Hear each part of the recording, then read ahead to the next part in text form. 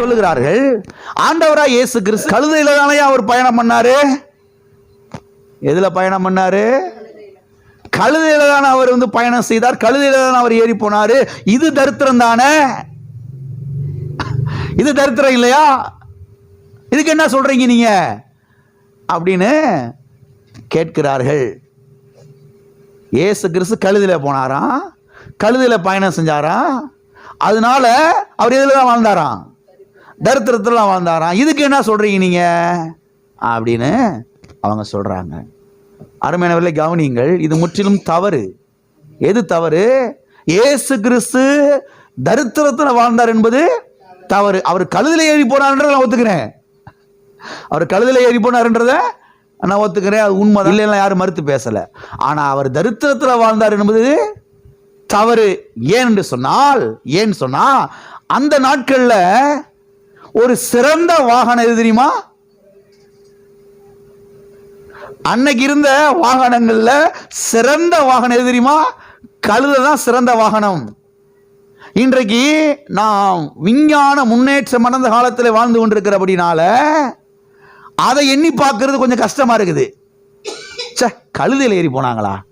கழுதையில போய் ஏறி போறது அப்படின்னு இன்னைக்கு அதை யோசித்து பார்க்கும்போது கொஞ்சம் யோசிக்க வேண்டியதாக இருக்குது. அருவருப்பு மாதிரி தெரியுது.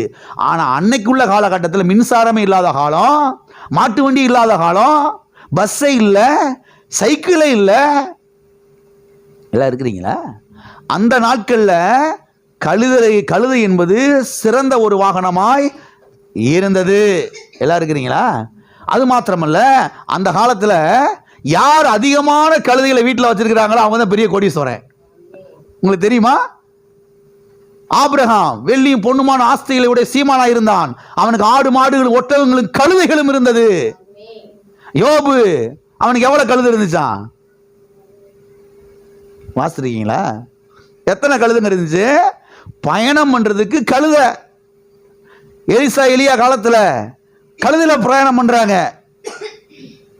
அந்த குழந்தைய பெற்றெடுத்த பெண்ணு, குழந்தை மறிச்சு போச்சு. குழந்தைய தூக்கிக்கிட்டு கழுதை மேலே வச்சுட்டு என்ன செய்யற? பயணம் பண்ணி போறா. சேனம் கட்டி, கழுதையில சேனம் கட்டி போறாங்க. சாப்பாட்டுக்கு போடலாம், தண்ணி கண்ணெல்லாம் தூக்கிக்கிட்டு எடுத்துட்டு போறாங்க. ஒரு வீட்டில் ஒரு கழுது இருந்தாவே அப்போ கழுது வச்சிருக்காங்கடா. ஏன்னா அவங்க என்ன செய்யறாங்க? நடந்தெல்லாம் போக மாட்டாங்க. எதுல போவாங்க?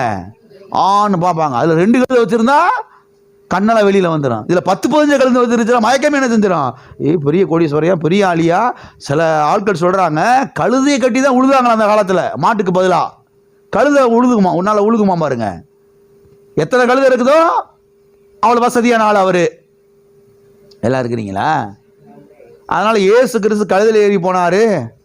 அதை எடுத்து வச்சுக்கிட்டு பார்த்தீங்களா இயேசு கிறிஸ்து அப்ப தரித்திரத்தில் வாழ்ந்தாருன்னு சொல்லக்கூடாது. நான் சொல்றேன், இயேசு கிறிஸ்து இன்னைக்கு இருந்திருந்தாருன்னா ஹீரோ மண்டலா போயிருப்பாரு. ஹோண்டா ஆக்டிவால போயிருப்பாருங்க அவரு. அந்த 12 சீசர்களுக்கு 12 புல்லட் வாங்கி கொடுத்திருப்பாரு. இன்னைக்கு அவர் இருந்திருந்தாரு, இன்னைக்கு பிறந்து வந்திருந்தாருன்னா 12 சீசர்களுக்கு என்ன வாங்கி கொடுத்திருப்பாரு? ஆள் பேர் ஆளுக்கு ஒரு புல்லட் வாங்கிட்டு என்ன செய்வாங்க? நல்லா ஜம்முன்னு ஊழியத்துக்கு போயிருந்திருப்பாங்க. அது அந்த காலகட்டம். அதனால கழுதை தான் இருந்துச்சு. அந்த கழுதை என்ன செஞ்சார்? ஏறி போனாரு.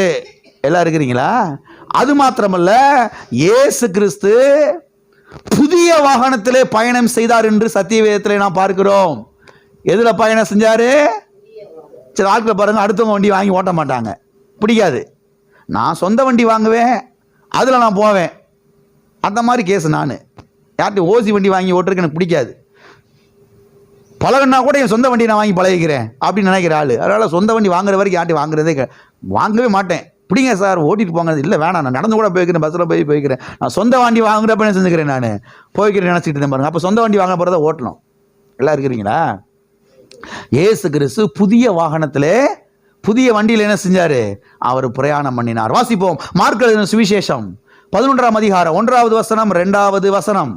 அவர்கள் எருசலேமுக்கு சமீபமாய் சேர்ந்து ஒலிவ மலைக்கு அருகான பெத்பகே பெத்தானியா என்னும் ஊர்களுக்கு வந்தபோது அவர் தம்முடைய சீசரில் 2 பேரை நோக்கி, உங்களுக்கு எதிரே இருக்கிற கிராமத்துக்கு போங்கள். அதில் பிரவேசித்த உடனே மனுஷர் ஒருவரும் ஒரு காலமும் ஏறிராத பயணம் செய்திராத ஒரு கழுதை குட்டி கட்டியிருக்க காண்பீர்கள், அதை அவிழ்த்து கொண்டு வாருங்கள். அதை அவிழ்த்து கொண்டு, மூன்றாவது வசனத்தை வாசிக்கிறேன். ஏன் இப்படி செய்கிறீர்கள் என்று ஒருவன் உங்களிடத்தில் கேட்டால், இது ஆண்டவருக்கு வேண்டும் என்று சொல்லுங்கள், உடனே அதை இவ்விடத்துக்கு அனுப்பி விடுவான் என்று சொல்லி அவர்களை அனுப்பினார். போங்க அந்த கிராமத்துக்கு நேரா, அங்க கழுதை கட்டி கிடக்கும்.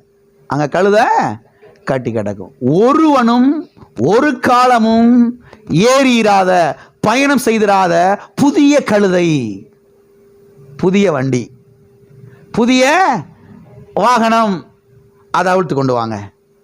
யாராவது கேட்டா யாருக்கு வேணும்? ஆண்டவருக்கு வேணும் சொல்லுங்க, விட்டுருவாங்க. அப்ப அரிமத்தியா ஊரான யோசேப்பை போல, அந்த மேல் வீட்டு அறையை திறந்து கொடுத்த அந்த சீசனை போல, இந்த புது வாகனத்தையும் ஏதோ ஆண்டவருடைய சீசன் நிச்சயமா என்ன செஞ்சிருக்கணும்? கொடுத்திருக்க. ஏன்னா ஆண்டவருக்கு வேண்டும் சொன்ன உடனே விட்டுறான் இல்லையா? அப்ப தெரியுது இவன் யாரு? ஆண்டவரை பின்பற்றுகிறவன், ஆண்டவரை விசுவாசிக்கிறவன். அதனால தான் ஆண்டவருக்கு வேணும் சொன்ன என்ன செஞ்சுட்டான்? கொடுத்துட்டான். தம்பி, நேரம் அந்த கிராமத்துக்கு போங்க. அந்த கிராமத்துல ஒரு கிழட்டு கழுதை கட்டி கிடக்கும். என்ன கழுதை? ஒரு கிழட்டு கழுதை கட்டி கிடக்கும். அதுல ஏற்கனவே 1000 பேர் ஏறி போய் அது இப்பைக்கே நேத்த உயிருக்கு என்ன செஞ்சுக்கிட்டு இருக்கோம்? இழுத்துக்கிட்டு இருக்கோம். அதை பைய இழுத்துட்டு வாங்கப்பா. அதுல நான் ஏறி அப்படி மெல்ல மெல்ல மெல்ல எப்படியாவது எருசலேமுக்கு போய் சேர்ந்துருவோம். எங்க போய் சேர்ந்துருவோம்? எருசலேமுக்கு போய் சேர்ந்துருவோம். போய் கூட்டிட்டு வாங்கப்பா. நம்ம எல்லாம் தாழ்மையா இருக்க வேணாமா? நம்ம எல்லாம் தரித்திரத்துல வாழ வேணாமா? நம்ம எல்லாம் ஏழ்மையில வாழ வேணாமா? ஏழ்மைதான் மேன்மையான அனுபவம், அதை நீங்கள் கற்றுக்கொள்ள வேண்டும் சீசர்களே. அப்படிலாம் சொல்லி ஒரு கிழட்டு கழுதை இழுத்துட்டு வாங்கப்பா அப்படிலாம் சொல்லல. எங்கு ஆமே, நல்ல வாலிப கழுதை, அதுவும் புது கழுதை. ஒருத்தன் கூட இது வரைக்கும் ஏறி சவாரியே பண்ணல, பயணமே செய்யல. அப்படிப்பட்ட புது கழுதையில, புது வாகனத்துல, புது வண்டியில யாரு பயணம் செஞ்சா? இயேசு கிறிஸ்து பயணம் செய்தார்.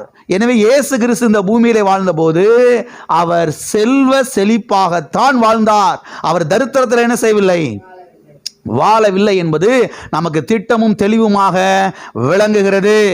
ஆமே, எத்தனை கிளியர் ஆயிடுச்சு?